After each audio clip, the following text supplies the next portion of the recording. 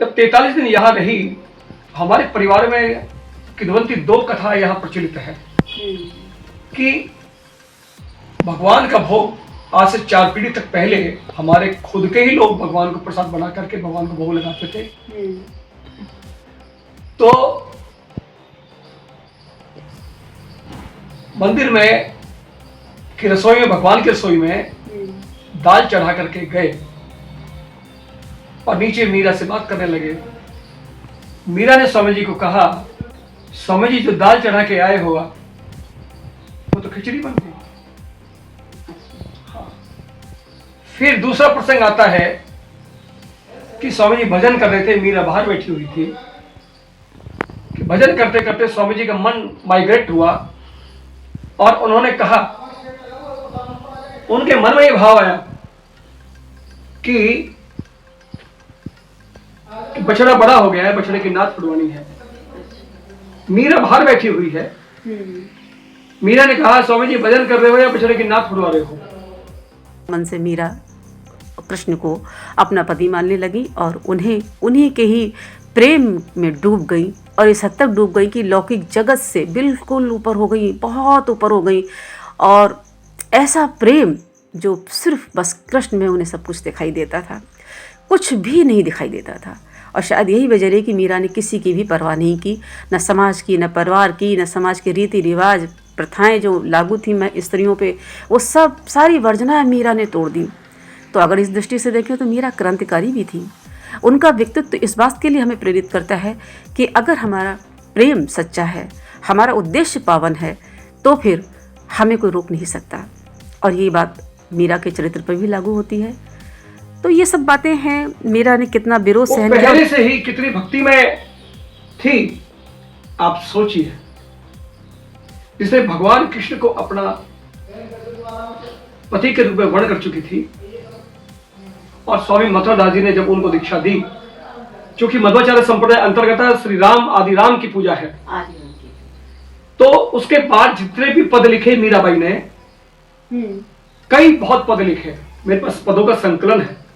तो प्रमुख पद उनका, पायो जी मैंने राम रतन धन पायो, ये पद उन्हीं का लिखा हुआ है। फिर उन्होंने कृष्ण के पद नहीं, बाकी सारे राम के पद उन्होंने लिखे।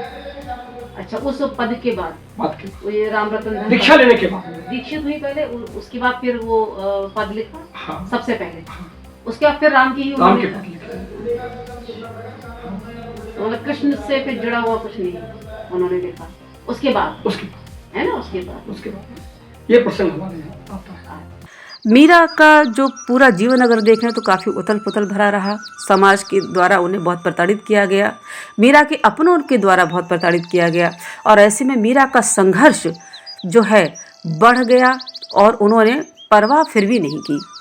आखिर कहते हैं ना कि ऐसी लागी लगन मीरा हो गई मगन, वो तो गली गली हरि गुन गाने लगी। ये भजन हमने आपने सुना ही है।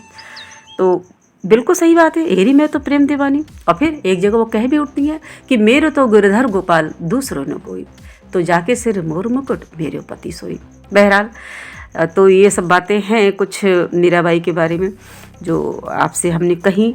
और मीराबाई, क्योंकि वैष्णव परंपरा में,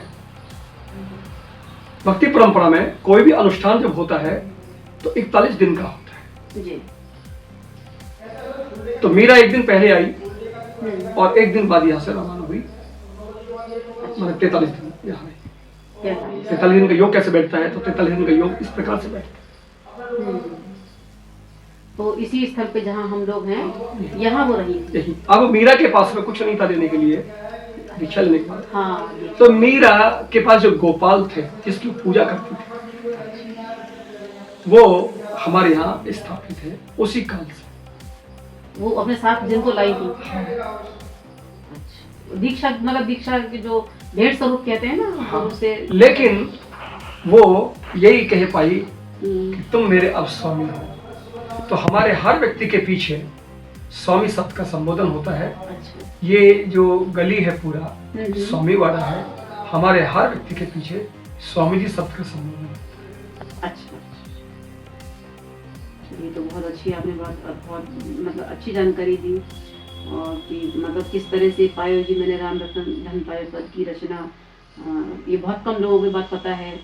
सुनते तो हम सभी भजन है, चूँकि चर्चित भजन है ये। मीरा के जो पदावलियाँ हैं उनमें से कुछ खास ज़्यादा ही चर्चित हैं, जैसे मेरे तो गिरधर गोपाल दूसरों न कोई, और ये मैं तो सांवरे के रंग राची, बहुत पद है, बहुत है, बहुत ही पद लिखे है हैं। ना। और ये कभी जो आपने ये जो है किस तरह से इसकी रचना हुई, ये आपने बहुत ही बेशकीमती जानकारी दी हमारे साथियों को, और हमको बहुत ही अच्छा लगा।